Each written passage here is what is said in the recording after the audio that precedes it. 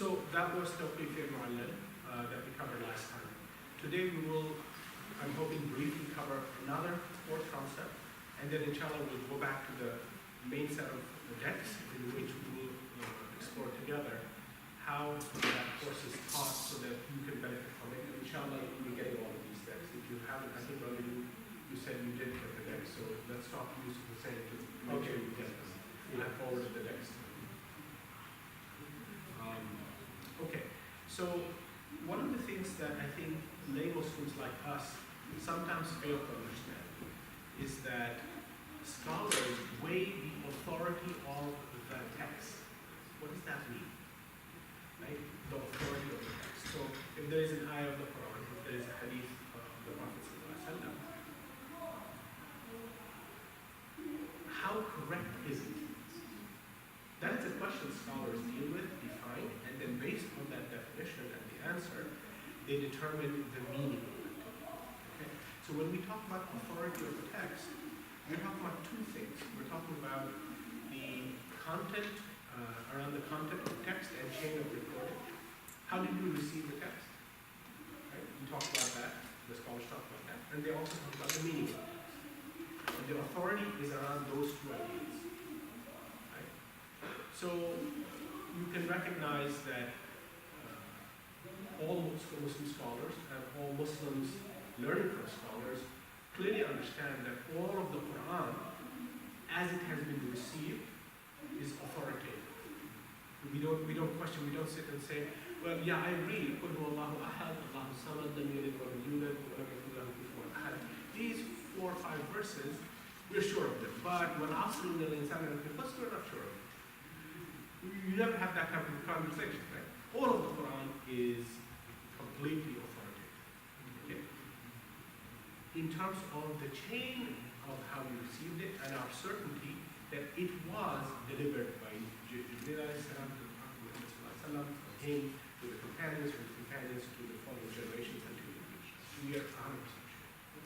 You will see a graphic very shortly that will make things really visible and clear.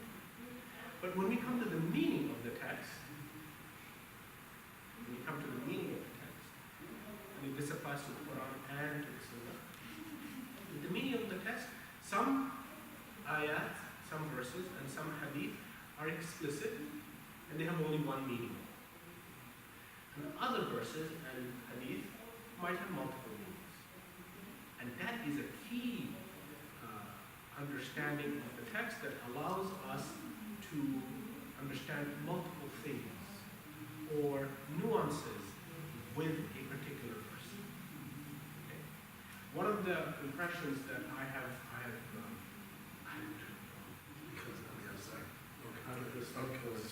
because That's how you brought the chair down. Maybe when it comes.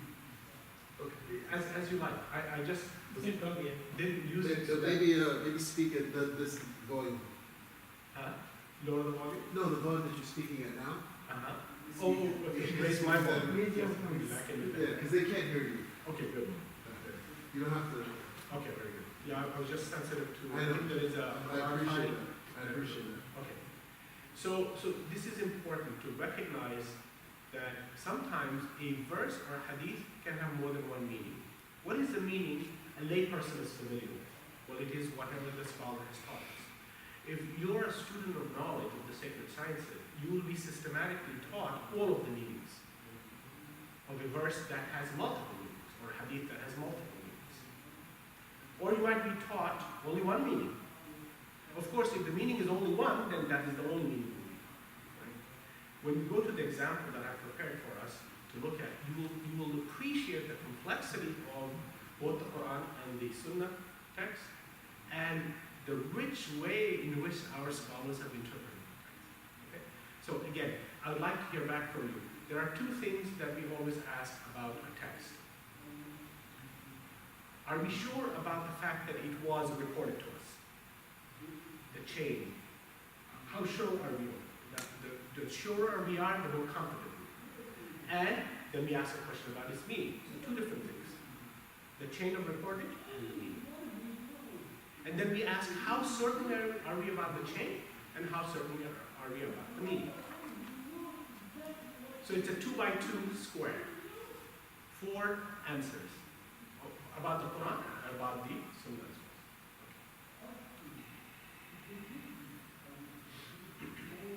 well.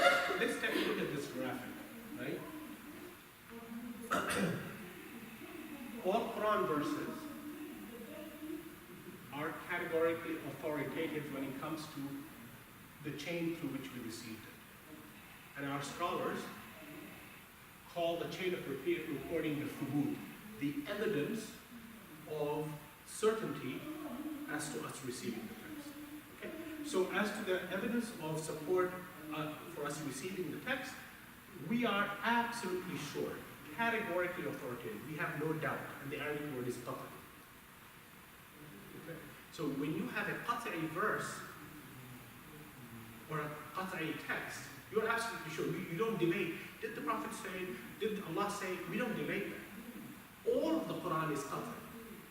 We don't have verses that we are doubtful about and certain verses we are certain about. We are certain about all of the verses of the Quran, and that's why this square is empty. Because that square says that we are not 100% sure of it. Okay, so the Quran, all of the Quran is categorically authoritative. The other category is presumptively authoritative. That's the English word, and the Arabic word is dhanni. And dhanni literally means doubtful. But it is a weighted doubt. In other words, it is a doubt that is 90% certain, or 95% certain, or only 40% certain. It's a number. Okay? That's why you have, in the hadith methodologies, you have these ratings, right? Sahih, Hasan, Da'if, Mawdu', and so on. So it's important for us to recognize, when we learn with scholars, if the text we're talking about is qat'i or dhanni, as to us having received it. All of the Quran is qat'i. Okay? Again, that's why that thing is blank. But when we come to the meaning, the dalala, the verses can be either qat'i or it can be dhanni. It can be absolute meaning or single meaning. If the meaning is a single meaning because of the language and the grammar, then we call it qat'i as to its meaning. And if it is multiple meanings, then we call it dhanni. Okay, let me pause here, and I'd like to hear feedback, either as questions or as comments. Is this diagram clear? I just want to underscore, again, there are people here that just became Muslim. I know. Yes, I just want to make it clear that when Ustad Iftikhar mentions that what's dhanni is presumptively authoritative, he used the word doubtful, but it doesn't mean that we are in doubt about the meaning. Yes. What dalala and dhanni indicate is that, as he said, there are multiple meanings possible. For example, when Allah subhanahu wa ta'ala says, Ar-Rahman al-Arsh istawa, the most loving has subjugated the throne. The word subjugated in Arabic, istawa, could mean a number of things. It can mean sit, it can mean establish, it can mean subjugate, it can mean control, it can mean rise, and so that's what's called dhanni. There are multiple meanings possible. But when God says in the Quran, Qul huwa Allahu ahad, say, He is God, the alone. That's it. It cannot have more than one meaning. There's no more meanings that those words indicate besides the absolute indivisibility of the Creator. So doubtful doesn't mean that we doubt the truth of the text. As he said, it's dhanni means that a particular ayah of the Quran is open. There's the meaning is not actually definitive. Another term in the English would be this would be either categorical authoritative or definitive, and this would be speculative meaning. Right. That it has more than one meaning. And which meaning you choose is weighted upon the context of the previous verse and the next verse of what the subject is that you're talking about. So it's a fairly rigorous process through which you determine and prefer one meaning over another. What's important also is if there are more than one meaning, no one scholar or group of people can claim to say that this meaning is the best meaning and the rest of these meanings are irrelevant or can be thrown out. That is such an important concept, and it's important because Muslims who are not trained in these sciences will do some interesting things. They will take what is a speculative meaning, meaning something that has more than two meanings, more than one meaning, and insist it only means one thing. And that is a great disservice to our tradition. It's a great disservice to our collective understanding of our tradition. Okay? We're going to come to an example that is going to be a very simple example. Sheikh Mendes only wanted to give you a verse from the Quran. I'll use a verse, a statement from the Hadith, which will be very interesting because I'm going to ask you to interpret it, to help you experience the possible meanings of that Hadith. Okay? But just by your own mind, and then I'll tell you what the scholars have said, so that you experience yourself this idea of dhanni and khabar, this idea of a very clear single meaning versus clearly multiple meanings. Okay? The multiplicity of meanings is what gave our rise, what resulted in these different madahib, with these different schools of Jewish schools. Because scholars understood the same text to mean slightly different things. Slightly different. Now, this is about the Quran source text. What else do we consider as source text? Last time we talked about it. There are only two, right? There is the Quran and then there is the Hadith. Okay, so there's that. Okay, same picture, but now you can see as far as the reporting chain is concerned, some hadith are considered to be absolutely certain that the Prophet said it. And they're called mutawatir because the chain of reportage from the Prophet to his companions was more than 3 to up to 20 and up to 200 and more. So the same hadith was heard by at least 3 people, but possibly more than 200 people from the people that the Prophet interacted with. And then as the next set of generations goes, the number multiplies. I use the term massively parallel from the Prophet to a number of people, and it just keeps massively going up. Right? So that it becomes very hard for somebody to invent those words. Okay? So think about something. If somebody could volunteer and tell me, what do you know about your great-grandmother? Do you know anything about your great-grandmother that you never met? I'm assuming none of us met our great-grandmother. But maybe you know things about your great-grandmother. So what do you know about your great-grandmother? She was from Afghanistan. She was from Afghanistan. Did she live there? Which part? Kabul. Okay. Which part of Kabul? Jordan. Okay, good. So you know Kabul, but you don't know the neighborhood of Kabul. Okay. What do you know about her age? How long did she live? She lived in her late 80s. So late 80s is a very interesting term, right? Could be 80, or it could be 89, or it could be 85 to 80. So you're not certain. This we would call dhanni, as to its meaning. Okay, we might call it dhanni as to its meaning because we don't know if she lived late 80s could mean 85, 86, 70, 80. Okay. But how certain are you of the information that she lived to be late 80s rather than late 70s or late 90s? How certain are you of that? Who told? So the question is, who told you this information? Yeah, the people who told me. Who are they? My father. Your father? And my father's youngest sister. Your father, your father's younger sister, So so they're that's the age siblings. difference. Yes. How apart are they? Almost 15 years. Okay. So they both were grandchildren of your great grandmother, right? Yes. So did they see her? Yes. Okay. So not eyewitnesses to this person. Okay. So there is a higher level of of confidence you might have. How trustworthy is your father? 100%. Absolutely, that you are his daughter. How trustworthy is your auntie? 100%. So you're confident. How trustworthy are you? Well, that's all a picture. That's why How trustworthy are you yourself? 100%. Okay, so these are assessments that you're making about people in the reporting chain. This is what the scholars used to do.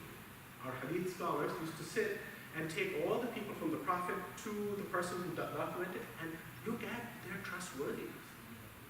It's an amazing science, right?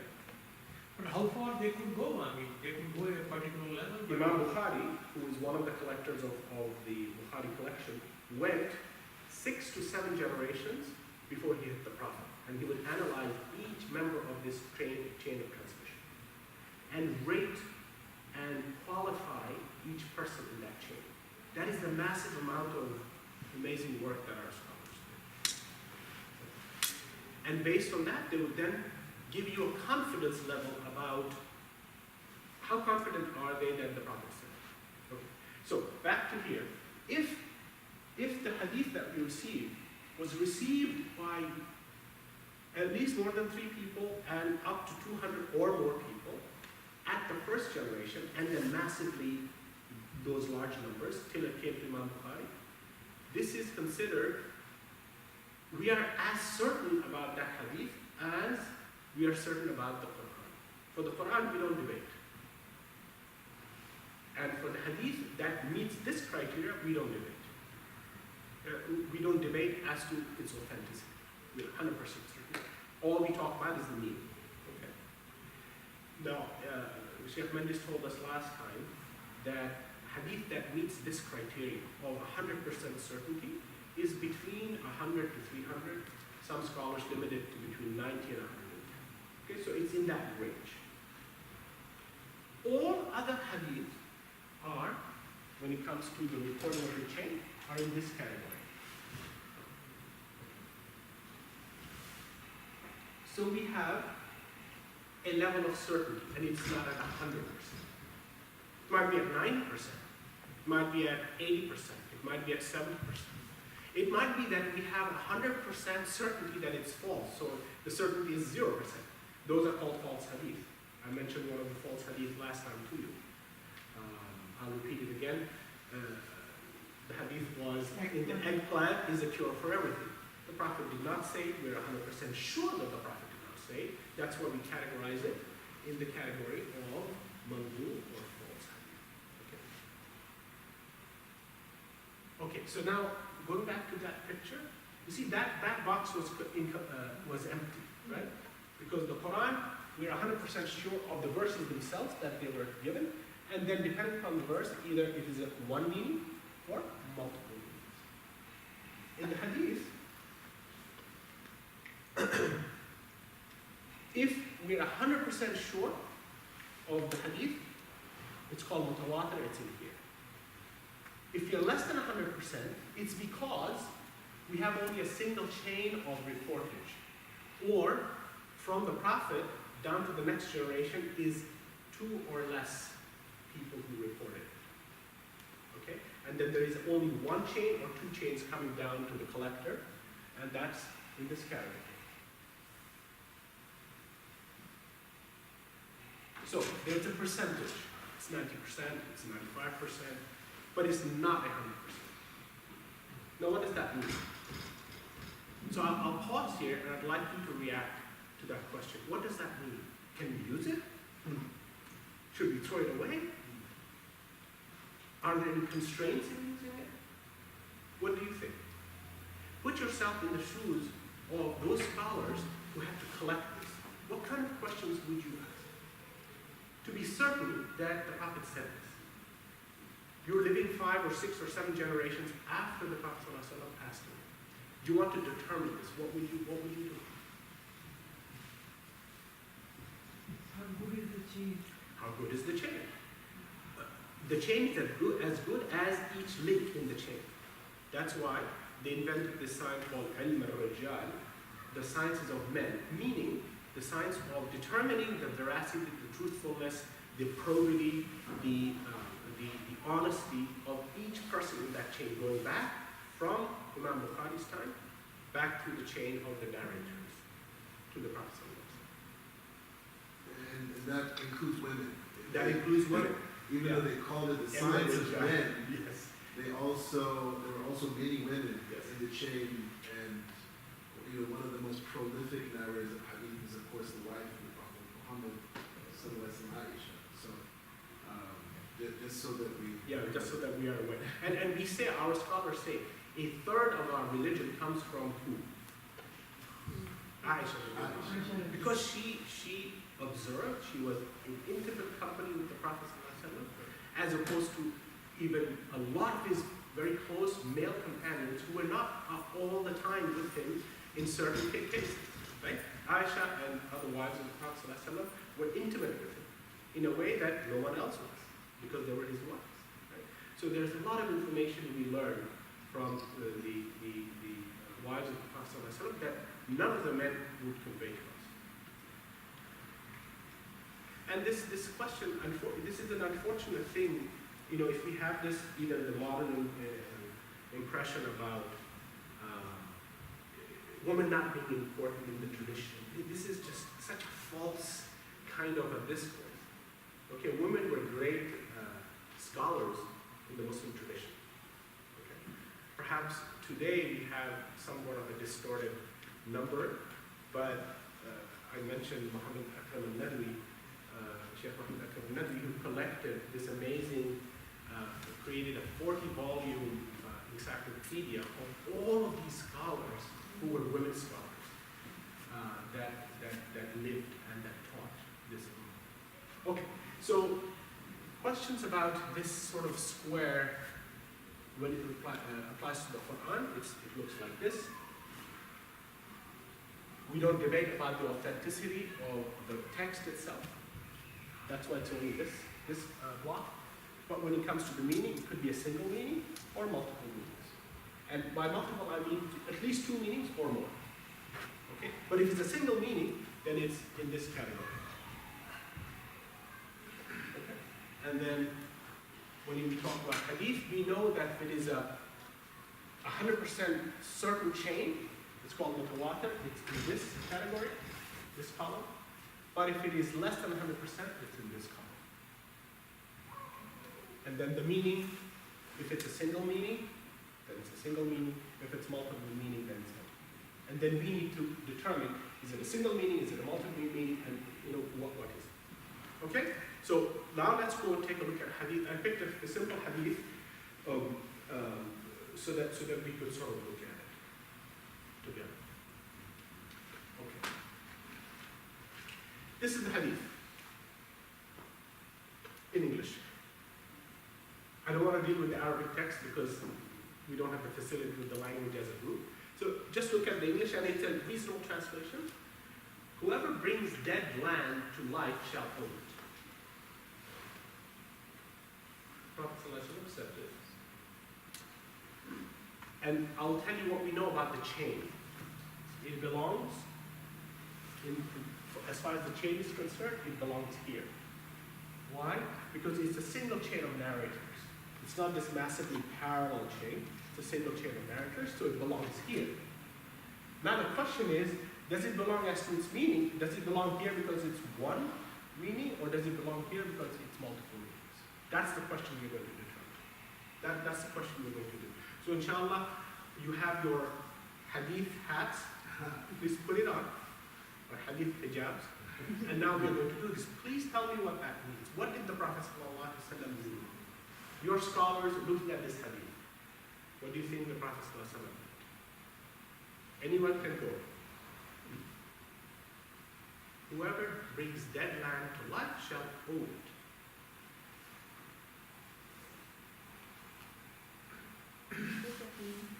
Huh? Exactly, that's what I'm asking you. So our exercise together is to actually think about it. Islam is a religion of the mind and the heart together, joined. Right? We have to deal with the text. When Allah said Iqra, did he mean dance? No, he meant Iqra, read, and then comprehend and understand. So this is the process. We have to comprehend what our beloved Prophet ﷺ told us. So he told us this, what does that mean? There's no wrong answer. So give whatever answer you think of, there's no wrong answer. Whoever works hard will get the fruit. MashaAllah, that's great. You're the first student of Islam who said that that's what it means. Because I never heard that before. No. But that's okay. All right, what does it mean? Could you repeat what you said? Whoever works hard shall It's the shall fruit. get the fruits. Now, of course, let's acknowledge we're not dealing with the Arabic text on purpose, because I want to make it simple, using language that we all are familiar with. And that text is a pretty accurate translation from the Arabic of the original Arabic. Okay, what else could it mean? I'd like everybody to express an opinion. This religion, by the way, this religion is your religion. You have to own it. You have to be confident in your heart about meanings and understandings of this religion. Then you can be confident. If you have doubts, you cannot be confident. So, sister, what does it mean?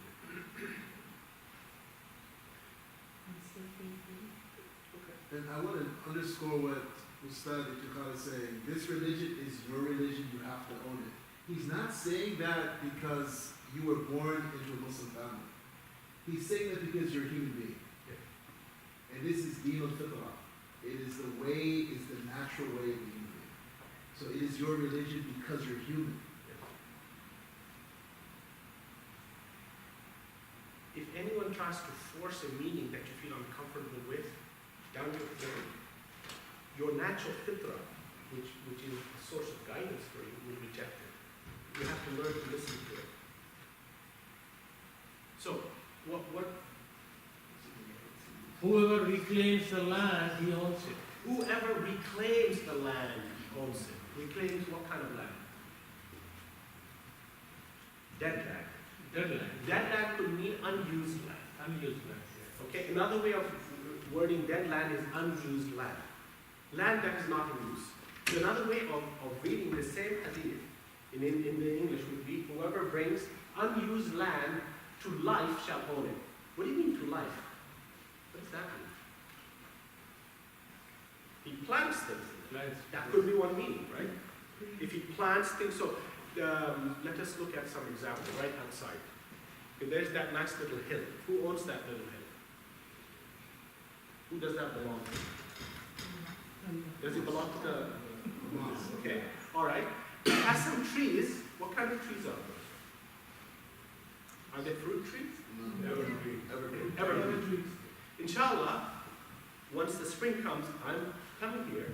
I'm going to take about, I don't know, half, a tenth of an acre, okay, which is probably, I don't know, about this size, right?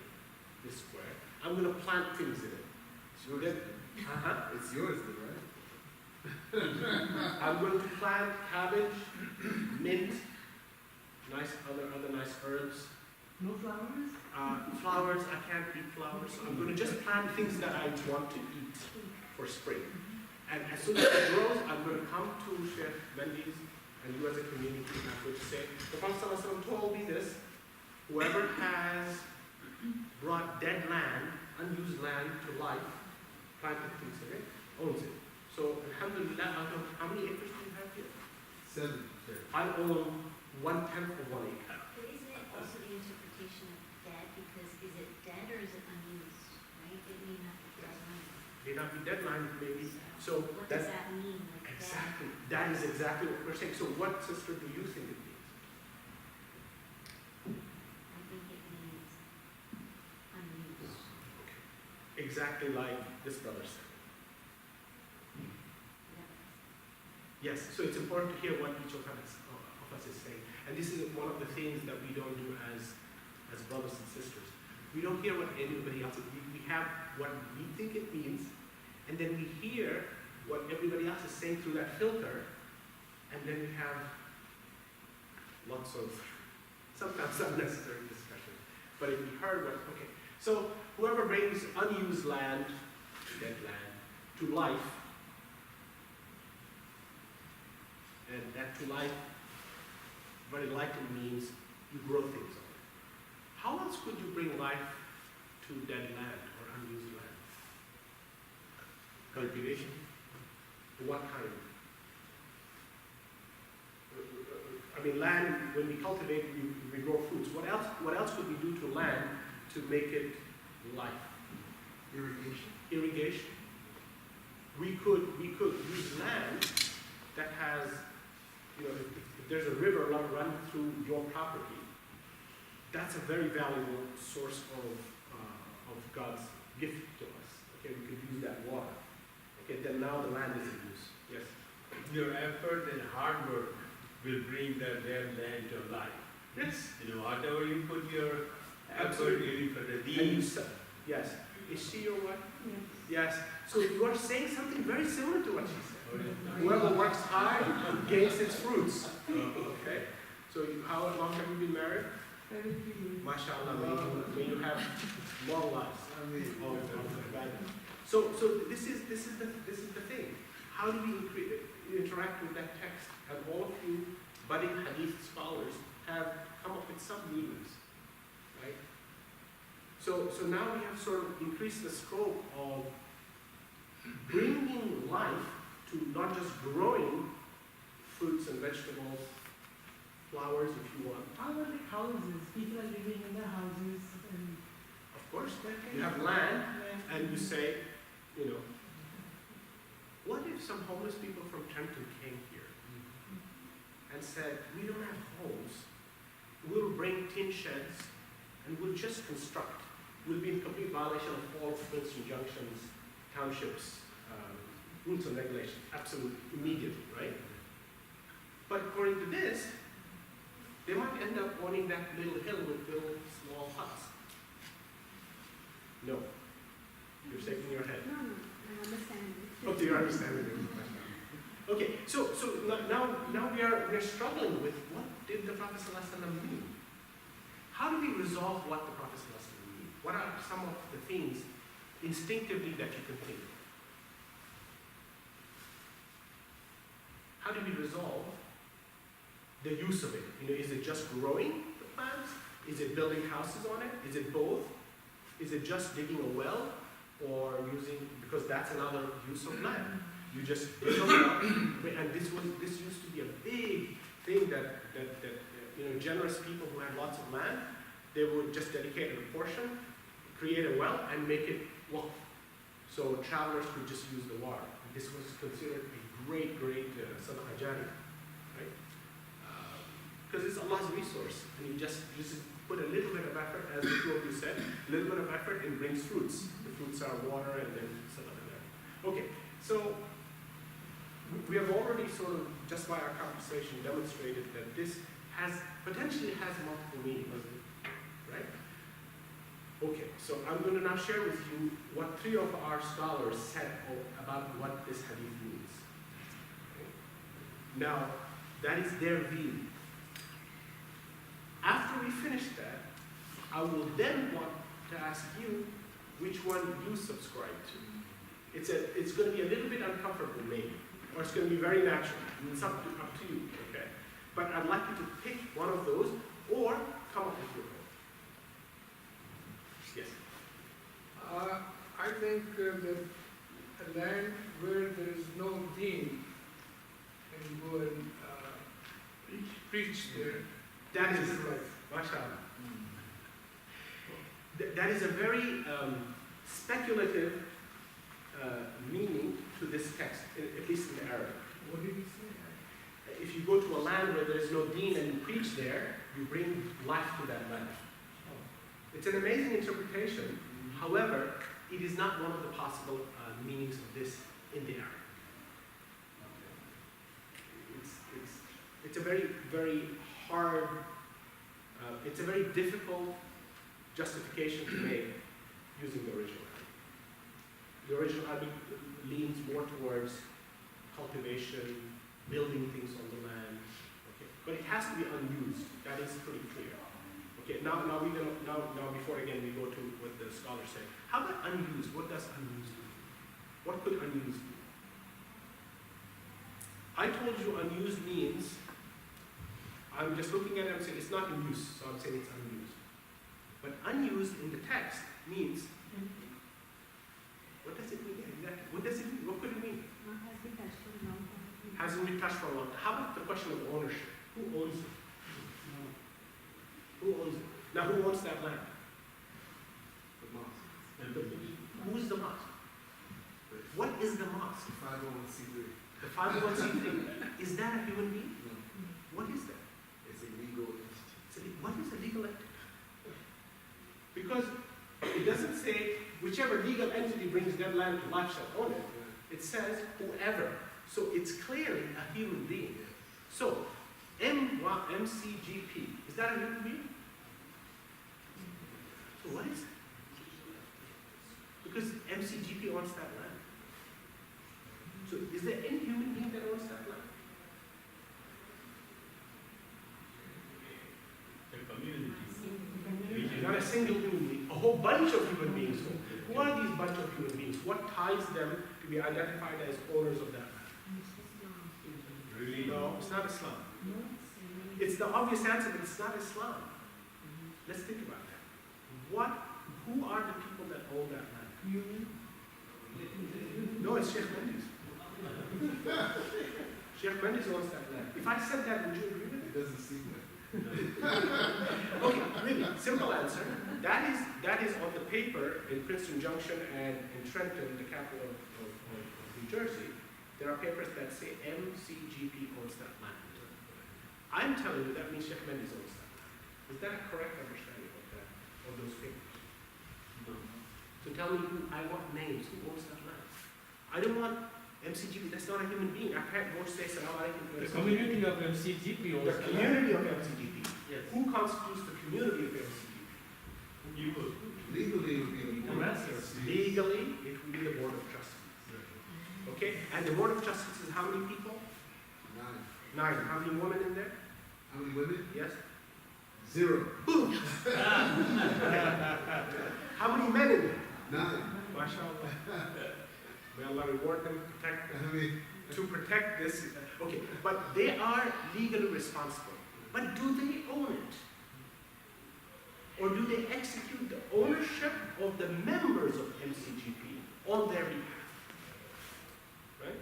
So now you see the scope of who actually owns it. The actual owners are the members, paid members of this organization. Why paid members? How come I'm not an owner? You invited me, I'm here, I'm an owner, I'm declaring I'm an owner. But I can't be an owner because I don't pay the membership. you don't have to. There are no paid members. MashaAllah, now it gets more I complex. know, right? Now who owns it? So then I could just, it could be everyone. Okay? If you want to test it in the court, inshallah in the spring I'm fine. So you understand the complexity here? Right? Who owns the land? MCGP's land, who actually owns it? Now, it's not that vague. U.S. law determines who owns it. It is the 501c3 entity that physically is not a human being, but that's the entity that owns the land in the eyes of the state of New Jersey and the United States of America. But the administration of that land on behalf of MCGP is done by the 9 people. And the 9 people are elected, selected, self-appointed? You don't know. Selective. Selected. So self-appointed then. Yes. It's not by the community. No. MashaAllah. So this is It's one not of a the, democracy. yeah, so this is one of the, I was going to come and lead a democracy. So this is one of the ways that we can determine who actually gets to decide. It's these 9 people. And, when inshallah Allah gives them long life and they pass away, they have to leave the leadership of MCGP to certain other individuals. How they come into being, these are questions of organization. Okay, now back to the text. What did the scholars say about this? How did they here? Huh? You mentioned 3 scholars have different views, so please start. Yep, we are going to test the next thing. But the important thing is, what do you understand from it? This is so important, right? To engage our tradition. Okay. So the text is clear. There are no issues of grammar or semantics. However, the definition of the original context of text instantiation is not agreed upon. That's like saying, in what context did the Prophet say? We're not quite sure. Okay? Because when you know the context, then it's a bit easier to understand what he meant. Okay, so that's point one. Point two, Abu Hanifa's opinion. He argues that the hadith is an administrative provision that the Prophet made in his capacity as governor of Medina. Now that's such an important statement Abu Hanifa is making. Before you continue reading, I want to introduce you to another idea about the Prophet ﷺ. Whenever he spoke, scholars later on defined him in four capacities. He speaks as the messenger of Allah ﷺ, and his audience is the whole world. He speaks, number two, as an administrator, a political leader, a communal leader, okay, a president, a chairman, okay, the leader, Amir, okay, all of these administrative capacities. He can speak in that capacity. Okay, that is not for everybody. That's for those who consider him their administrative leader. Right? So in that context, things he said in that context is only for Muslims and only for those Muslims who have this administrative thing. Okay? So that's administrative capacity. There's a third capacity he spoke in, and that was the capacity of a judge. Right? So if people brought him disputes, he decided. So that is a judge role. Now these three roles that I just mentioned, the Prophet didn't describe himself in these three roles. Who described him in these three roles? Scholars. Much later. Much later. Right? So this is a way of viewing the Prophet. There's a fourth capacity. He spoke as a human being, as an individual. Now, so before we get to this, I'm doing a digression because I want you to again appreciate the beauty of this religion and the power that the scholars have imparted for us to understand this text, to understand Allah's word. The Prophet did not eat garlic and onions. Is that correct? Do we know that?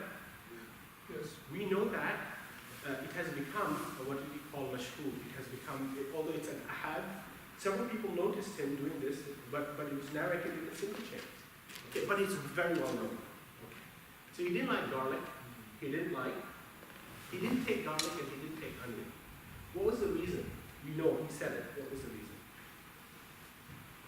The reason was Yeah.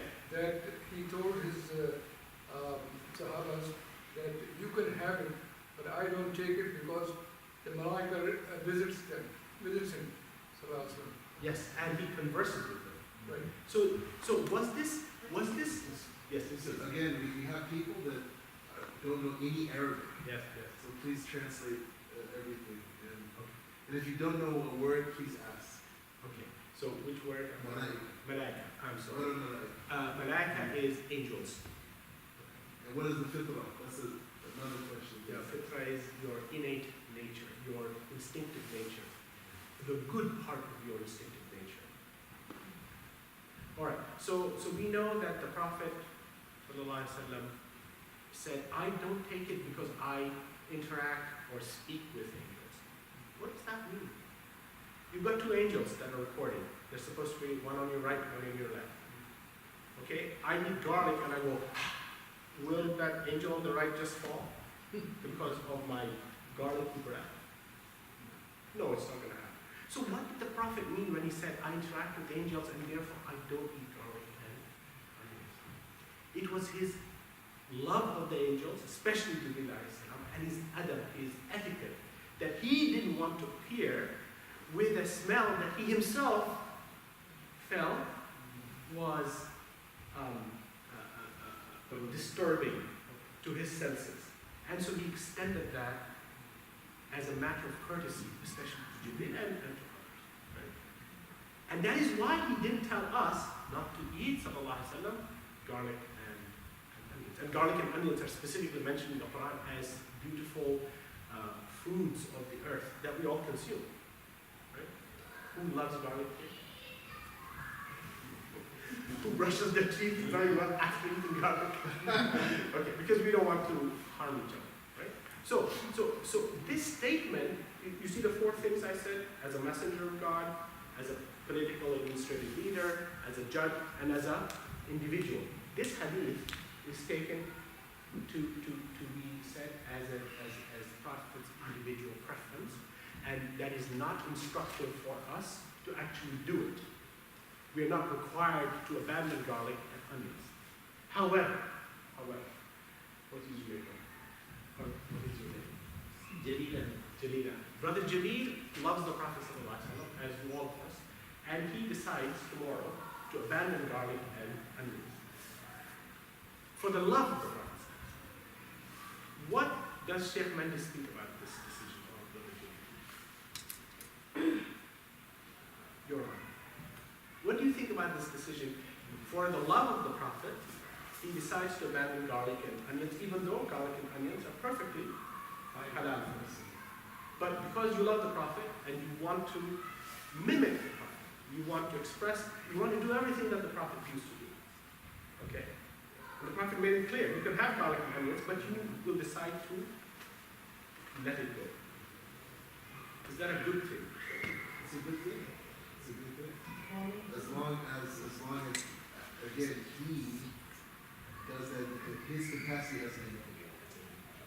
However, if you then tell your wife, is your wife here today? She's not. No. And your children, that I have abandoned garlic and onion, and I'm ordering you to abandon garlic and onion from all foods. Henceforth, I'm the king of the house. And Sheikh Mendes hears of it. Do you know what's going to happen? You're going to get a visit from Sheikh Mendes to your house to instruct you in changing that opinion. This is what I think Sheikh Mendes will do. So you can see the thing, right? You can take it on as a personal thing because that's how the Prophet did it, out of the love of the Prophet. Not thinking that Allah has ordered the Prophet to do it. Not thinking that this is a command of Allah. But as a love and expression of love, that's a beautiful thing. But you cannot force it on anyone else. You can force it on yourself, but not on anyone else. And even if you force it on yourself, you can't do it thinking that Allah has commanded you. So you see how there are important considerations. Okay, so I did a digression just to help you understand how the scholars view things that the Prophet said. In what capacity did he say it? So that we understand the meaning of it. Okay, now Abu Hanifa says that that hadith is in the Prophet's capacity as in that second capacity, the administrative capacity. Okay? This applied to the agrarian conditions of Medina and requires similar administrative approval for it to be applicable in another context. What that means is you'd have to be an administrator of a Muslim society to be able to use this hadith and make a determination. So I was asking earlier, can I do that? I'm not the administrator of this institution. I'm not part of it. So I have no authority to make any such decision. However, MCGP people, the 9 board of trustees, absolutely they can use this hadith to determine certain things. Can they? Because they are representative of the people who own this land, which is the MCGP, this entity. By the way, there were no 501c3s at the time of the Prophet. There were no these legal entities, right? And life was much better. With these legal entities, you have some challenges, but not challenges that are unsurmountable, okay? And challenges that scholars have determined and found solutions. So you can see this is in that second capacity. That's Abu Hanifa. And he says that the applicability of this is for those who have administrative authority. So what he's saying is, none of us can just go and just pick up a land. Assalamu alaikum. This is my Umrah companion. You're, of course,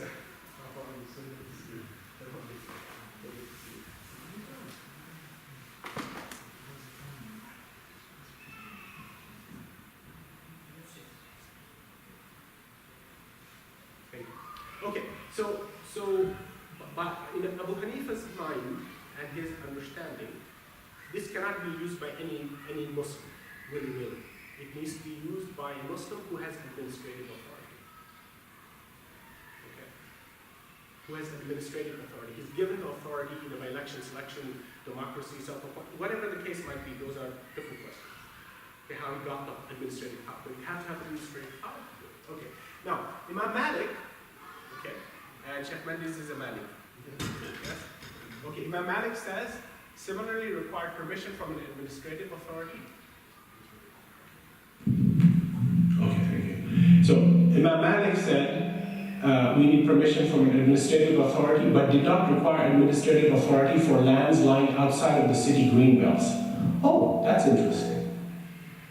What does that mean?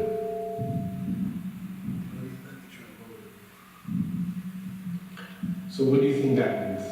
Imam Malik's opinion. He's making it more nuanced, you can see. The same words, but he's giving a deeper sort of, he's showing when can an administrative authority have the authority and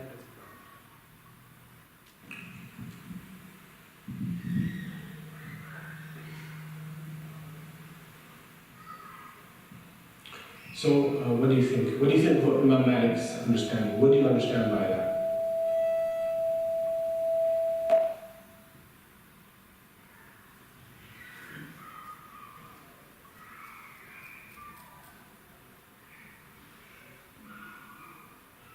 Basically what he's saying is that those green belts in the past cities used to have walls, okay, and right outside the cities used to be spaces where the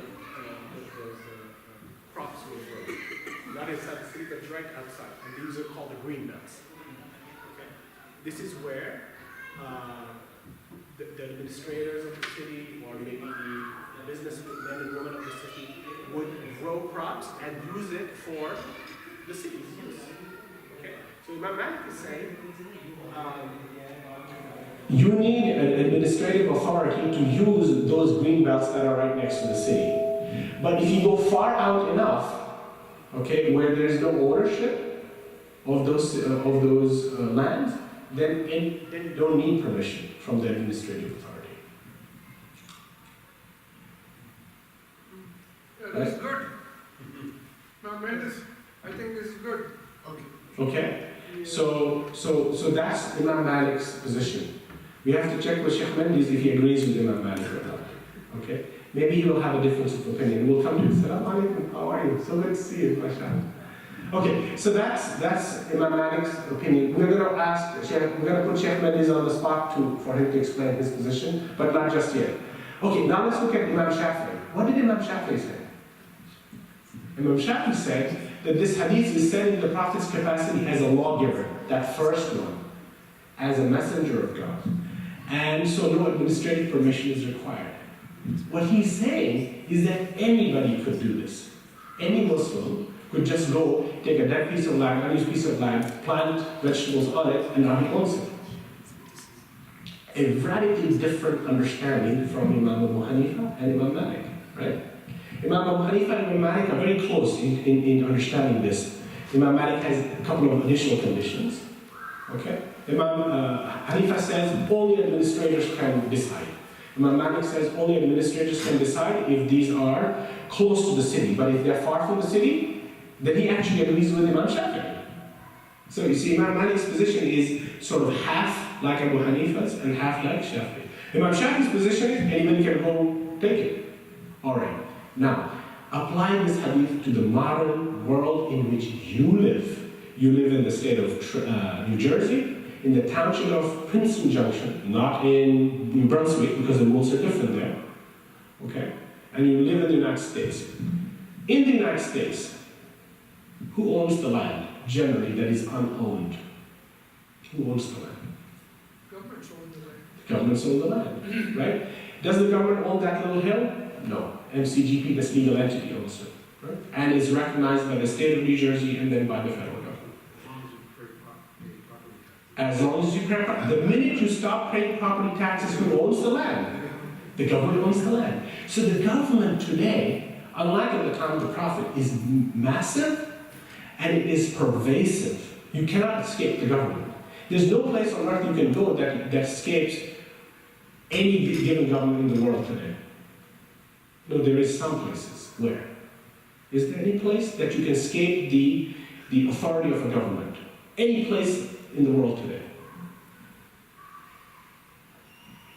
There is. The oceans. At the moment, the oceans, other than 100 miles or so from coasts, according to maritime law, these are unowned. They're unowned. There, if you can go to an island. Now, most of the islands are also occupied, right? Some country or the other has grabbed them and said, put a flag and said, it's mine. Okay? Moon, not owned by anybody so far. Yet. Okay? The Arctic, as it's melting, the countries that have borders around the Arctic, there's a big fight brewing. Why? Because of all of the natural resources that are stuck beneath the Arctic ice cap. And as the ice cap melts, more and more companies and more countries are going to go after grabbing it. And this hadith becomes very relevant at that point in time, right? But given the modern world's presence of these nation states and the power that they wield, essentially this hadith cannot be used in the context. Now this is, I'm making that statement based on my understanding of the text and conversations with scholars. This hadith essentially becomes unusable because there's always, for every piece of land, there's always an administrative authority, and therefore only Abu Hanifa's opinion and Imam Malik's opinion really matter. Imam Shafi's opinion cannot be applied because there is no land without an owner. You always have a political entity, a government, a nation state that owns the land to it.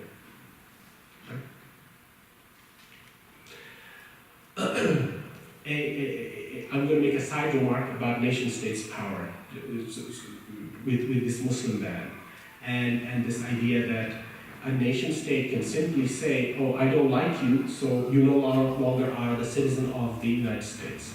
This is a very dangerous precedent, right? Because political authority can simply decide, you did something, I don't like it, I'm going to strip you of your citizenship. Because the one thing that is guaranteed in the United States Constitution is this birthright. That if you're born here, your citizenship cannot be taken away because you were born here. That's my Constitution. But you can interpret and make a point and say, well, even if you're born here, we can strip your citizenship. This is a huge fight that is currently in the courts. And a very important thing, right? A very important issue. Okay, so how was this to help understand this idea of multiple meanings or single meaning? Is this a reasonable example to understand that, a hadith, it is a single chain of narration, okay? And we have a high degree of certainty. This is a sahih hadith, meaning we have not 100% certainty, but about 90% certainty that the Prophet said it. So high confidence, okay? We can use it, it has been used. However, I just made the point that basically Imam Shafi's view cannot be used any longer because of the change of who owns land. Whereas at his time, land that empires controlled, but actually didn't own it. And anybody could come in because nobody was there to do anything about it. Today, if there is a piece of land that is unused, and it's in the remote part of Arizona, you go build it, within a month or 2 months, somebody will come. Some authority of the state of Arizona is going to come tell you, what are you doing, son? what are you trying to do here? This is owned by the state of Arizona. You can't do this, right? Even though it's very remote and nobody really cares, but the state cares because they own the land of the United States government. Okay? I was just thinking to myself, Yes. some, I don't know if it was all, but some of the Native Americans, Yes, they had this belief that you can't own land. yes, you cannot. You cannot. Absolutely. This, for them, would be very problematic. Very problematic. You cannot own land because all land is owned by The creator. the Creator. And I think that is a more Muslim position because resources are Allah's resources. We make claims, and there's some limitations to claims that we can make. Okay, I have a house in Malvern, Pennsylvania. I claim I own it. It's about 1/3 of an acre. But if the United States government wants to build a highway through my house, there's something called eminent domain. They can use that law and come and say, sell me that house. And I say, I'm not selling you the house. They can say, okay, we're taking it anyway. Name your price. And I say, I'm not going to name my price. This is my land. I'm not moving. They're going to say, we're just going to give you money. Here's the money. What's your bank account? They transfer it, they're going to take the land. The government has that power. It's called eminent domain, right? So it's very interesting how you know, government's power works, how your power works, and how this hadith is used. So I'm hoping that this example, we're done with this example, it gives you a deeper appreciation of the complexity of understanding the words of the Prophet and the words of the Quran. This is not a willy-nilly thing. It's highly structured, there are rules, you have to have training, and then you have to understand that we have a legacy of people who have understood it, but that doesn't mean we cannot understand it in different ways. Okay? And as I said, I'm not a scholar, but I can absolutely say with 100% confidence, Imam Shafi's view cannot be used. Just because of the change in how land ownership works today, as opposed to the time when he lived. It cannot be used. But Imam Abu Hanifa and Malik can absolutely be used. That's perfectly a relevant understanding, but not Imam Shafi's. Now, any few Shafi'is here? Okay, alhamdulillah. Because a Shafi that is not learned would be upset with what I said. Do you understand what that means? A Shafi who's not learned would be upset. A Shafi who's learned would absolutely say, I agree with you, brother. Okay? That's also a very important thing. Who is it that you're speaking with, and what is that person's learning, and what is your learning, and how does that interaction occur?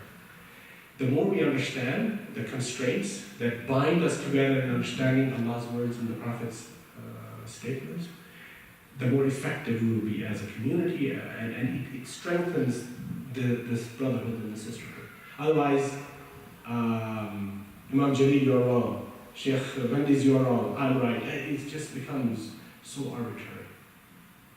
It's just kind of a tangent, but you know, Sheikh Saeed Nursi, Yes. he had the position, and I think this was just based on his spiritual insights. Yes. That the Mahdi, Yes. that the guided one, this Yes. Muslim leader Awakened one, yes. who will come at Yeah. the end of time and fill the road with justice, Yes. he'll be Hanafi. Oh, much Yeah, he took that position.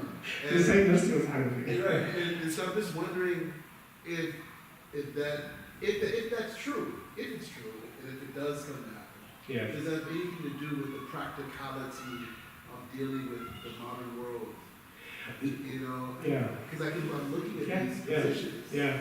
and this is not an anomaly. And you see this again and again that the Hanafi school has this capacity to really deal with complicated Yes. issues Yes. in the modern world. So this is a joke. Malikis, some of the Maliki shuyukh I know and the Maliki students I know, they say, Malikis were the cool ones. Okay? Hajj Hisham says that, and he's taught here. So he says, we're the cool ones. He's joking, of course. But there is this understanding that the Hanafis their legal methodology is the most complex. Okay? The legal methodology of the Hanafis is the most complex and the most flexible. Okay, that can take into account changing times and places, changing contexts. Okay, we are Muslims, we have to live here. If you're living here, you have to abide by the laws of the United States. Okay? The Hanafi tradition is probably most flexible in allowing you to absorb not just our understanding of Quran and Sunnah in conjunction with US law. It's probably the most flexible. Normally I wouldn't say that, but since he provoked the conversation, I'm just expressing an opinion. It is also my personal opinion. So I tend to... That argument which you just said about the Hanafi Yes, is that it makes it easier yes, for people living here yes, because it's flexible, yes, right? yes, yes. If I may add, again, my opinion, the Hanbalis would be most difficult. The next would be the Shafi'is, and then the most flexible are the Malikis and the Hanafis with regard to especially modernity, and especially Western societies, some of the things that have happened in Western societies. Okay, so alhamdulillah, I'm hopeful that you have a good appreciation for the complexity of the Muslim scholar's life and the Muslim scholar's training. Okay, you have to be an expert in usul, in methodology that we're talking about. You have to be an expert in language. You have to be an expert in understanding the context, not understanding New Jersey law or state law. You cannot be a good jurist answering the questions for this mosque's members, right? So these are complexities, and if we recognize the skills and the training that is required, then obviously we will self-select more and more qualified people to manage our affairs, right? That's very important. Okay, all right. So this deck from last time and today was a digression to sort of establish what Sheikh Mendes and other scholars will call the epistemology, the way of understanding, the process and the framework of understanding our religion. Okay, we have as lay people certain understandings, and in most cases they're not structured and they're not grounded in these methods that we just and we covered one tiny piece of this complex framework. Okay, just to give us a taste, hopefully a beautiful taste of what our scholars have done as a result of the promise of both Allah subhanahu wa ta'ala that He will protect this deen. The protection of this deen is at the hands and at the capacity of our scholars.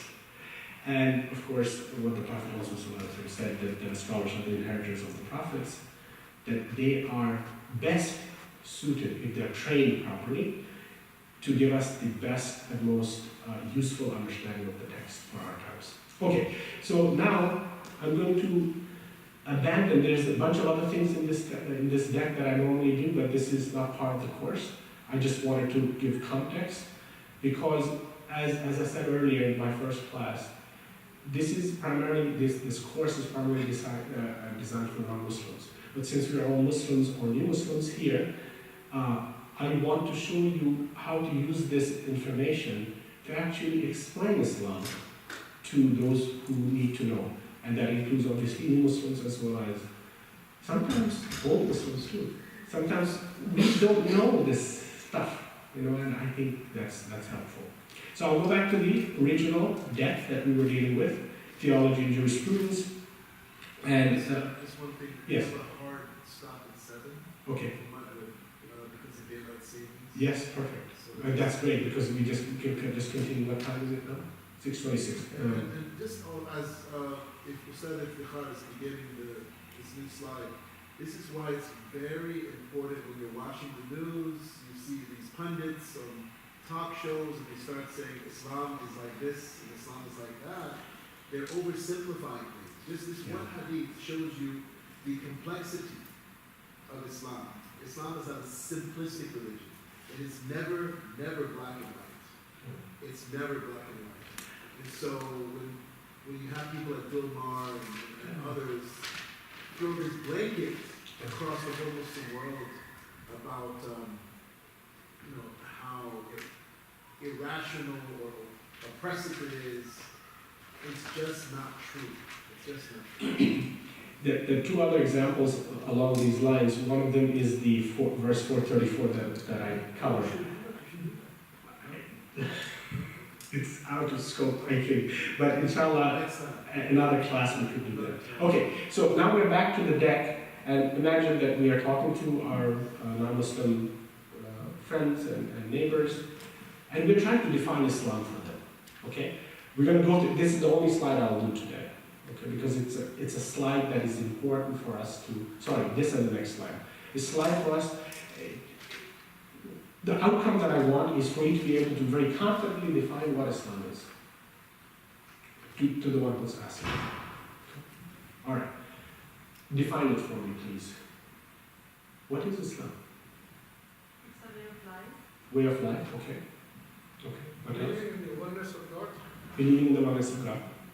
Submit yourself to my Submit yourself to the one. Okay, the one and only. Okay, what else? All of these are correct answers. Some are more correct than others. Surrender surrender, to the one and only. surrender. What else? Any other things you could add? That is part of the definition of Islam? I believe in one God and one, But is it I'll push that question a bit further, and I'm doing that for learning purposes, so please don't mind that I'm pushing that. In the definition of Islam, is the Prophet integrated into the definition of Islam? Yes, Yes. Okay. Yes? all the prophets. All the prophets. Okay, now that's a very interesting idea. All the prophets are. Believing in the day of judgment and. Yes, yes. and the- Now we are expanding. Yes. Yes, we're expanding. Was Prophet Musa a Muslim? Yes. Everybody is confident in that answer. Are you confident enough to say that to your Jewish neighbors? Friends? Musa alayhi salam, he was a Muslim. Are you confident to say that to them? Yeah, because the point is, Yes. every prophet tried to teach oneness of the law, Okay. to follow the path of the God. So that's The people who followed Musa alayhi salam, could we call them Muslim? I think so. How do we think like you here? If you agree with the sister, raise your hand. So we have only two raising your hands. You're not, Believe in one God. but they're not Muslim? The people who obeyed Musa alayhi salam, can you call them Muslim? Who obeyed 100%, I'll say. No, not 100%. No, I'm not going to give it a number. Generally, they consider him a prophet of God, and they obeyed him to the best of their ability. 100% is only in God's eyes. Human beings can't assess that. So if they did that, would you call them Muslim? You're hesitant, so I'd like to understand your hesitancy. Because they also, the idols, they also have Yeah. But do you think modern Muslims don't have their idols? Modern Muslims have lots of idols that we don't self-recognize. Right? Because the story of Musa and the yellow calf and the golden calf is so prominent in Surah Al-Baqarah and other surahs, we normally sort of have this, the Jews, followers of Musa, but are they Muslim? That's a very dangerous thing, because the answer, the two people who raised their hands and the sister who said it, they're absolutely correct. People who followed Musa alayhi salam to the best of their ability, they're by definition they're Muslims. People who followed Isa alayhi salam, truthfully, they're Muslims.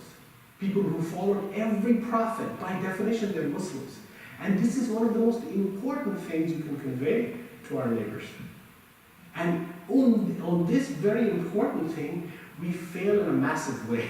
Because we leave them with the impression that Muslims are the ones who believe in the Prophet ﷺ. Those are the only people who are called Muslims. Whereas in our definition, Muslims are the ones who obeyed prophets. Now, it changes the discourse completely when you have an interfaith discussion. Okay? I wish there were non-Muslims here, that I was doing this real time. You would see what kind of an interesting reaction they have when you tell them, oh, the people who follow Musa, they're Muslims. And they say, what are you talking about? They're Muslims? Like you guys? Yeah. Because it's a scary thing. Why do you think, why is that a scary thing for them? Because what is in their minds about Muslims? They're terrorists, they're ISIS, they're Al-Qaeda, they're this, they're that. Nothing good pops up in their minds. Everything evil and hurtful and harmful and explosive and spicy. That's what we think That's the about media. It's more than the media. I mean, the media is definitely there, but there's so much more than the media. It's in the hearts of average people as a result of either ignorance or fear or lack of interest. And there are so many reasons. And history, right? Received history, maybe not real history, but received history. History is the documentation of the winners. It's rarely the documentation of the winners. Who is the one U.S. historian that will tell you history according to the losers? Oh my God. Zin, how is it? I don't know, I received a very nice message, I think it is, today. And maybe you'd like to read it to everybody here. Please read it. Just talking, we're talking about good Muslims and terrorism. Yes, So here's a German Muslim scholar when he was asked about terrorism yes. and Islam. He said, who started the First World War? Not Muslims. Yeah. Who started the Second World War? Not Muslims. Yeah. Who killed 6 million Jews in the Holocaust? Not Muslims. Who killed about 20 million Aborigines in Australia? Not Muslims. Who sent the nuclear bombs of Hiroshima and Nagasaki? Not Muslims. Who killed more than 100 million of Indians in North America? Not Muslims. Who killed more than 50 million of Indians in South America? Not Muslims. Who took about 180 millions of African people as slaves, and 88% of them died and were thrown overboard into Atlantic Ocean? Not Muslims. No, not Muslims. First of all, you have to define terrorism properly. If a non-Muslim does something bad, it is a crime. But if a Muslim commits the same, he is a terrorist. So first remove this double standards, then come to the point, I'm proud to be a Muslim. How do you spread this message? Thank you. Thank you for sharing that. Okay, so one of the things that I ask Muslim participants in interfaith conversations is that this is not a game of who wins the conversation, right? It's not about winning the conversation, and it's not about scoring points, right? It's about deeply explaining the Muslim position, and then letting it sink in and letting it be absorbed at the rate and pace that people want to engage in. So one of the things I caution us in is to not make a tit-for-tat points. With all due respect, that's a beautiful set of statistics, but sometimes I have seen that be used as a counter to the argument that Muslims are terrorists. It's a great intellectual point that that author is making. However, it's very important how you deliver it. Right? You could deliver it and say, in a very antagonistic way, well, all the crimes of Western societies, if you want to call it that, or certain groups, they're done by non-Muslims. But I can give you another laundry list of things done by Muslims in Syria, in Iraq, in India and Pakistan. In India, I come from Bangladesh. Okay. Half my family was wiped out. I was in a lineup. That was the shortest one. So I'm here with you today, and everybody else died because those were Muslims that killed my family, were Muslims. Right? So our actions define us, but I think, again, the definition that Allah gives us is critical. Okay, so the definition is Islam. Linguistically, we always go to language, right? All our scholars go to language first. So Islam is rooted in the three consonants Sin, Lam, Mim, Salama, right? And it has two sets of meanings: peace and tranquility, and safety. That's one grouping of meaning of Salama. Obedience and submission or surrender is another grouping. They're two sets of meaning here, right? Okay, that's linguistically. But in the legal sense, in our legal usul tradition, in our fiqh tradition, in our legal tradition, that's I think the best word. Yes? The best word. Yeah. In our religious legal tradition, what does Salama or Islam mean? It's a reference to the obedience and submission of human beings to God that will bring peaceful relationship with oneself and in relationship with others. This leads to safety and tranquility in this life and in the hereafter. Okay? So this is what I tend to use as a definition of Islam. And in the audiences that I have, they read it, they say, not sitting well with them. Really? Yeah, because I see so much violence that Muslims commit. Right? So they're seeing real data, they're interpreting it, then they see this definition, they say, it doesn't make sense. Then there are others who have interacted and traveled in Muslim lands or interacted with Muslims. They look at this and they say, yeah, I know Muslims. They're really peaceful people, right? I mean, they're giving first-hand testimonial of interacting with Muslims. Same statement, but very different reaction in the same audience. Now, I want to just let everyone know that this definition is not from Brother Iftikhar's, he didn't pull it out of his pocket. This is a definition that is standard from scholars. This is how Muslim scholars for centuries have defined Islam. It is really important that we become familiar with this kind of wording and this framing of our religion. Because we say lots of things, way of life, peace, but this is really a standard articulation of it. So I want you to respond to your statement, way of life. This is actually a very modern way of looking at as the definition of Islam.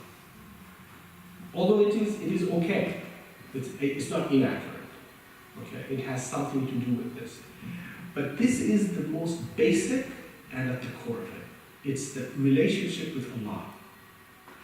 Okay? It's recognizing your Creator for who He is, not mistaking Him for something else, right? And then accepting it, submitting to it.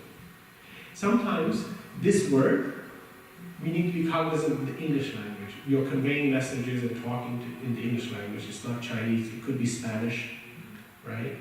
It's definitely not Arabic in most cases. But this word, is this a good word in American English or a bad word? It's a bad word. It means like, you're subjugated. You're immediately. Submission, backwards, right? So there is an American context to that word. I read that word up there and then I engage with the audience and I ask, are you thinking of this in a negative way? Half of them say yes, the other half says no, it can be negative and positive. It all depends on the context you're coming from, right? But in the case of Islam, the word submission takes on a negative connotation for many Americans. Would surrender be another word that you... I think it would be better. Or would you think that it doesn't give the same... I think it doesn't give the same. The surrender, I'm more used to submission, but it's a partiality. I think surrender could work as well. It's less, in your gut. But I use this so that I need them to get out of their gut reaction. Because they're going to run into a Muslim who's going to say submission. Because that's what they have been reading in Yusuf Ali's translation at this time. And think of our limitations. We are reading Yusuf Ali's translation, most of us. Right? It's not the best translation.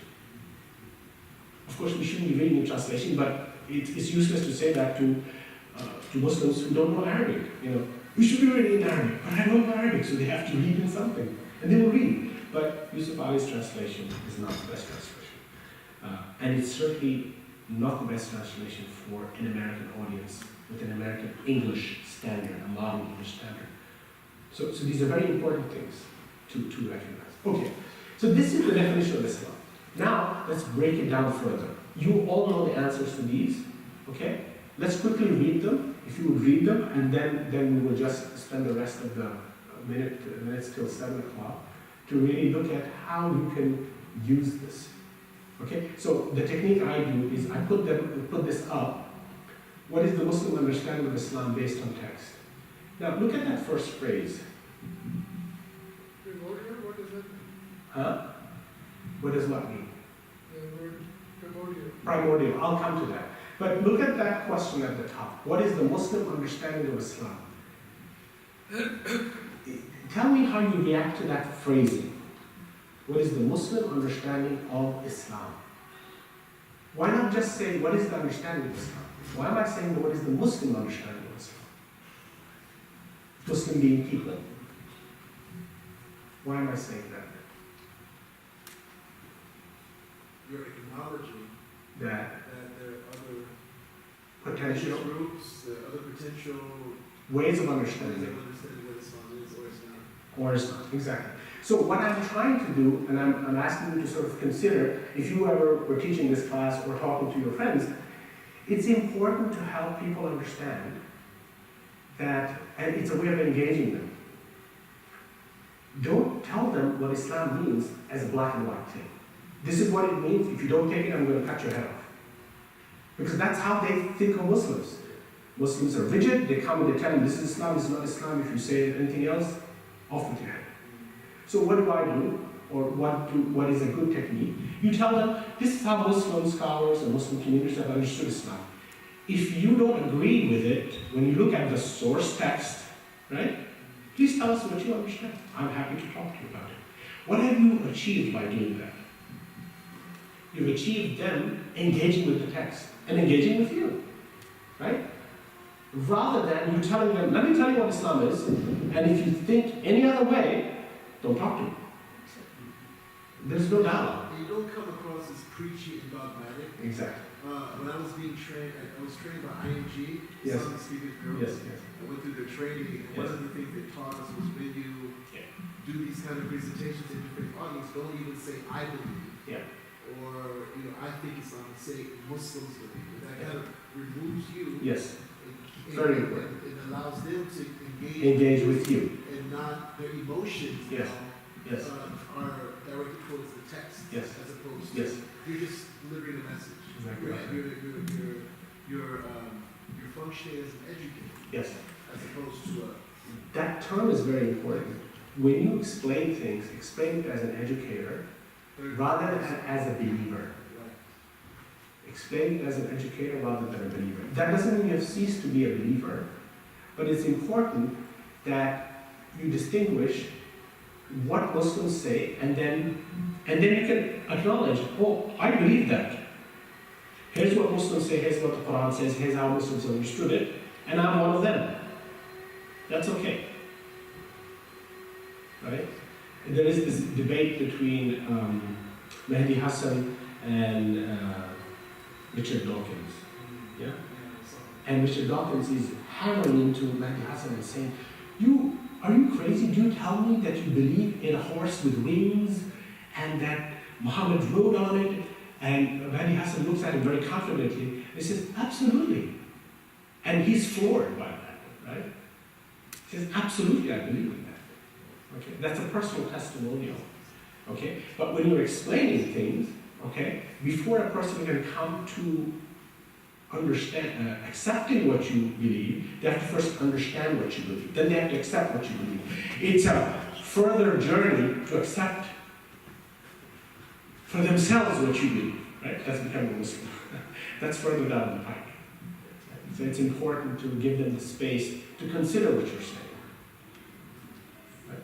Okay, so Islam is the primordial and universal way of relating to God. Primordial means the original, okay? And universal way of relating to God. Normally, my audience reads that and says, oh. And they have sort of, they're squinting at it. And they're saying, well, universal also means the way. And they ask me, are you saying Islam is the way? And I say, yeah, Muslims think so. And they ask me, do you think so? And I said, yeah, I think so. In a very softly, gently. Okay? And so now there's curiosity. Okay. Islam is not founded by Muhammad. Most of them are floored by that. Right? What do you mean? Muhammad founded Islam. No, Muhammad didn't found Islam. Muhammad was given Islam, but he didn't found it. He didn't establish it like we said. Jesus founded Christianity, Buddha founded Buddhism, and so on and so forth. That dialogue, this is a layperson's dialogue, right? When we say this person, religious scholars and have used different language. Okay, but when when lay people like us or our neighbors say, this was founded by that, this was founded by that, you are diluting the central teachings of that tradition, of all traditions, really. Okay. All right, Islam is established by God for humanity. Yes. What's the alternative? I mean, what do they expect Muslims to believe about Islam, as opposed to being universal in the way that? That it's only a way, not the universal way. So if you tell them Islam is a way to know God, okay, it's a democratic society. I can pick Islam and Christianity. So it's a way. Okay, but if you say it's a universal way and it's the primordial way, right? It's the original way. It's the innate inside way.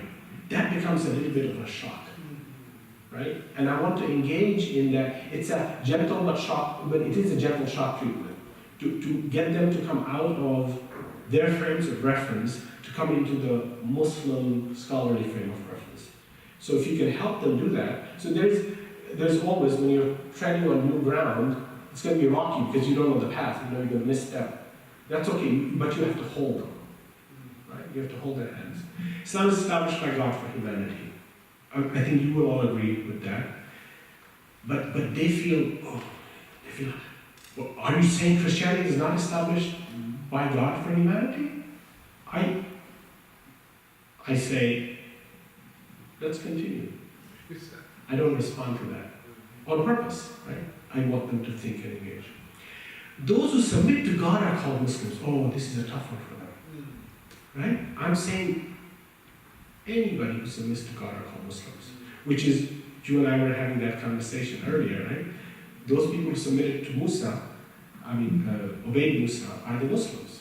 By definition, they're Muslims. But you had some concerns, right? And if you extend your concerns, these concerns will be for Muslims who are disobedient to God. So what do the scholars say about being inside or outside of Islam? If you disobey Allah's commandments, but still believe in Allah, are you a Muslim or not? So you believe in Allah, you say, if a Muslim is asked, do you believe in Allah? Yes. And then you ask him, do you pray 5 times a day? He says, I try. I do 3, sometimes 4. In Ramadan, I do all 5 and Tarawih and Tahajjud. But then after Ramadan, I go back to my schedule and sleep. Is he a Muslim? Yes. But he's disobeying God. So disobeying God doesn't take you outside of Islam. Denying God takes you outside of Islam. Right? Isn't that what we know? But what is our attitude when we see a sister without hijab? We treat her like she's not Muslim. How dare we do that? It's because of our lack of understanding of who is a Muslim and who's not. You're a Muslim if you acknowledge Allah. You're a mu'min if you obey Allah in all things consistently. Then you reach mu'min status from Muslim. And then you reach muhsin status, the excellent believer, when you consistently and at all times do extra. Right? So this is the process. But a Muslim is the one who acknowledges Allah. Now that's all an internal definition. Right? Externally, those who submit to God are called Muslims. Okay, now the next one, okay, everybody's having a meltdown. Right? The first Muslims were Adam and Eve. The first Muslims were Adam and Eve. And they're saying, no, they were Jews. No, they were Christians. And now they're having a conversation about, no, wait a minute, they're not Jews or Christians. They're just aliens. They're aliens. Or whatever, right? So now we have a really hot and heavy discussion underway. I wish I had the opportunity to demonstrate that to you, inshallah. So the first Muslims were Adam and Eve. That's what Muslims believe. What is the Muslim understanding of Islam based on the text of the Quran and the Sunnah? The first Muslims were Adam and Eve. Then we go to this another outrageous statement as far as they're concerned, right? Islam is the religion given to all prophets of God and their followers. Adam, Noah, Abraham, and so on. Now it's even more jarring. And you have to sort of recognize that. Okay, so now I'm going to ask a personal question. Are you comfortable saying all of this to a non-Muslim friend of yours? Yes. Okay? You feel confident. You made a face. Okay. No, you. Sister. Yes. Oh, you're saying yes. Okay. I interpret face, so I will ask a question. Okay. So 1, 2, 3, 4, 5, 6. These 6 you spend a lot of time discussing. And the point I'm making is that the essential definition of Islam is that a human being recognizes God and submits through the agency of one of the prophets of God. That's important. Independently doing it is okay, but doing it through the agency of one of these prophets is the assured way of getting to know God's intent and God's communication. Because God is not directly coming to you and talking to us, He's talking to us through the agencies of these prophets. Right? Except Christians will say what? Oh no, but God did come down as the Son of God and so on. So there's another sort of element of discussion and elaboration that is needed, okay, as to who Jesus is. Because when they read that sixth point, Islam is the religion given to all prophets, then they say, what? You've got Jesus in there? How come? But Jesus is God, right? Well, the Unitarians will tell you, he's a good man, a prophet of God, but most of the other traditions tell you he's the Son of God, or some partaking of some portion of divinity.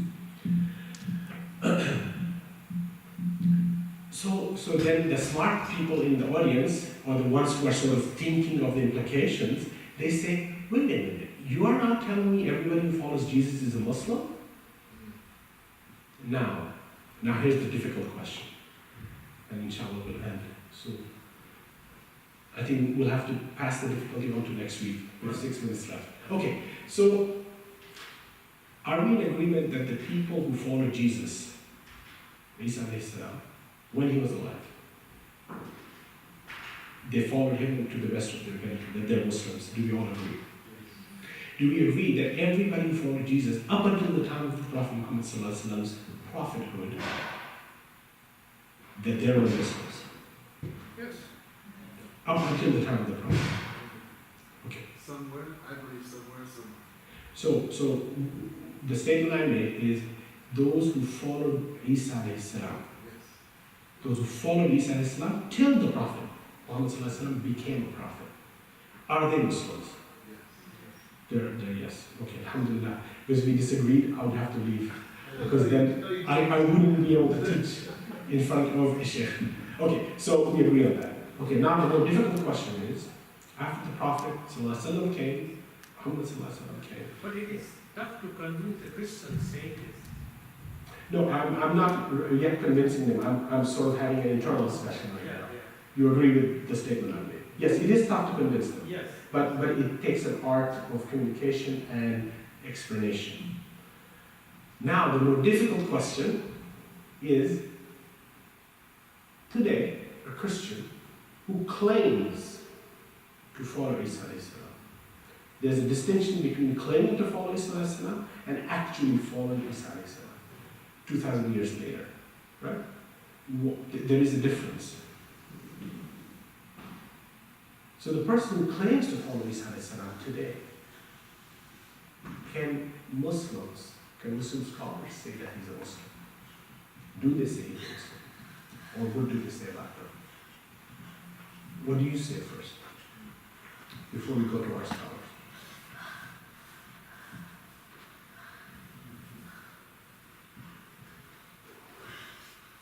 What do we say? The people who say we follow Isa alayhi salam. I'll make it more complex, and we will not get to the answers today because we have only 5 minutes left. I'll just pose the question. So the first question is, if a person, your neighbor says, I'm a follower of Jesus, I follow Jesus, can we then say, by our definition, he's a Muslim? Can we say that? Yes? Yes. Okay. Anybody, any knows? No. I would say he is, or she is, as long as they have not received the message of the Quran, the message of Prophet. Yes, yes. I'm not even getting to that point yet. Sure. Okay? Because I'm asking your understanding first. Okay? And that is the correct understanding, but I'm asking the non-scholarly understanding first. So Sheikh Mendes cannot answer these questions for the time being.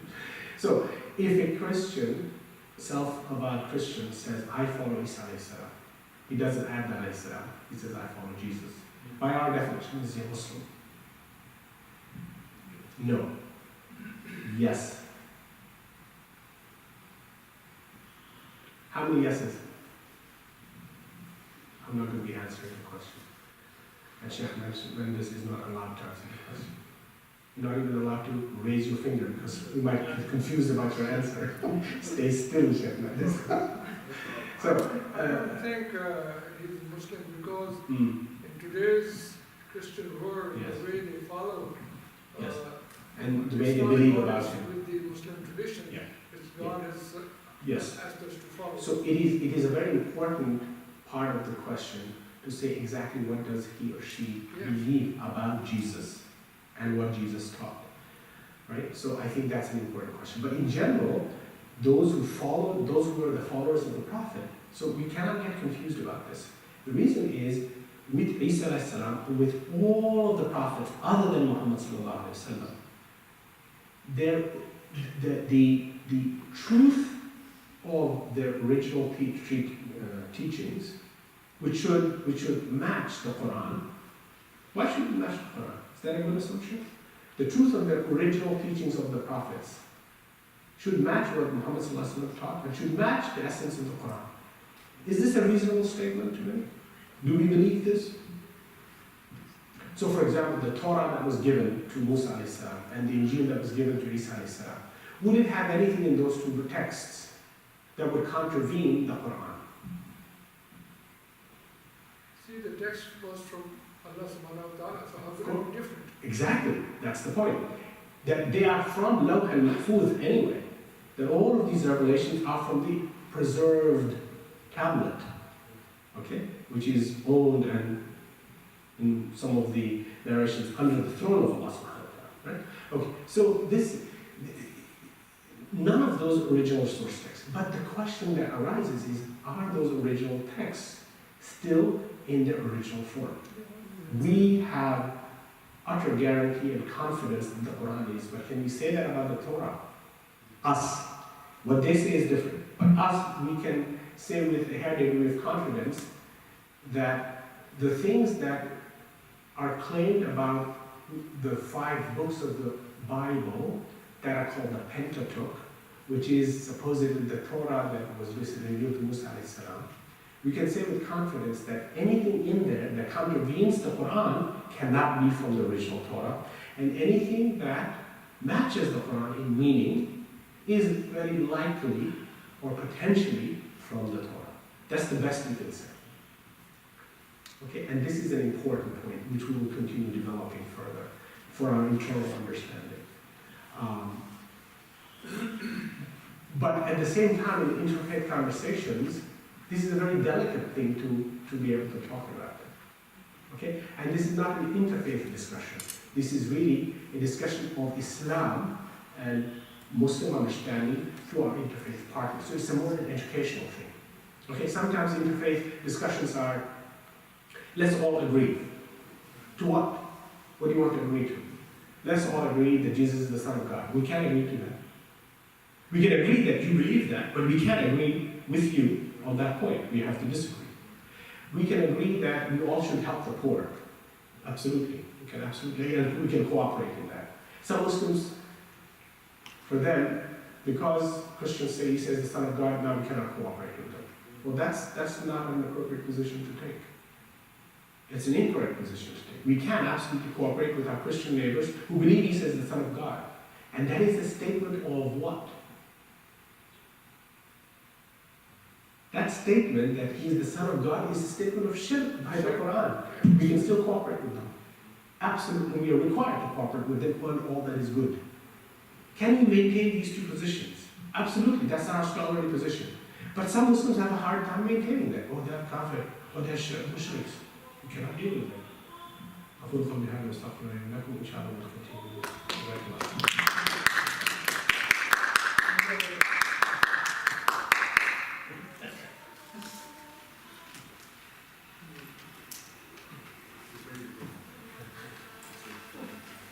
Thank you all for coming. Please invite others to spread the word, especially those involved in interfaith work.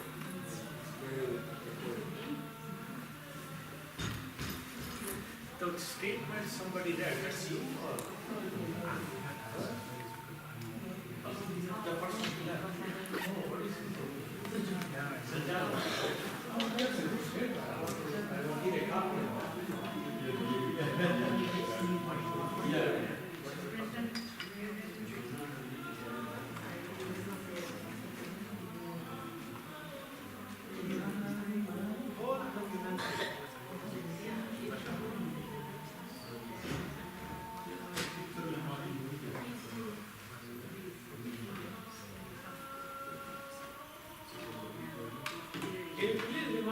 Iftihar Bhai to send those, I was the Khalid.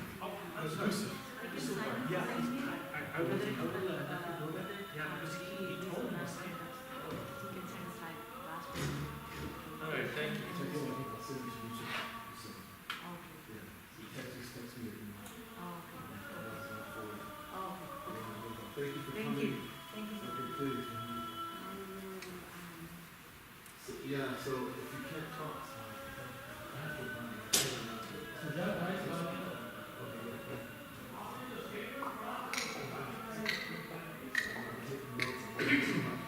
Rashmi, not the official name, Rashmi, Rashmi, Rashmi versus Holstromans. Please be comfortable interrupting and saying, I don't understand what you just said. If there's anything,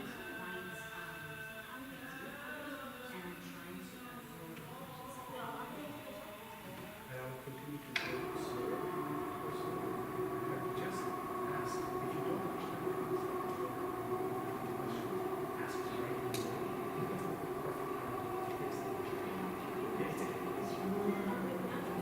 The best thing to learn in this context is it's an interactive session. So if you have a question, ask them. That's why I asked now, can you tell me back? Yes, because, yeah, so please just ask.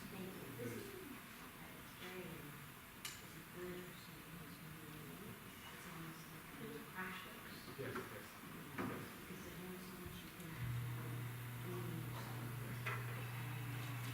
So in the Muslim tradition, one of the things, reading is very important. Reading with a guide is almost critical to get the right understanding. You will develop an understanding through extensive individual reading, but without a guide, somebody that you're checking it with, or that you direct study with, have the risk of creating, tangential understanding. Sure.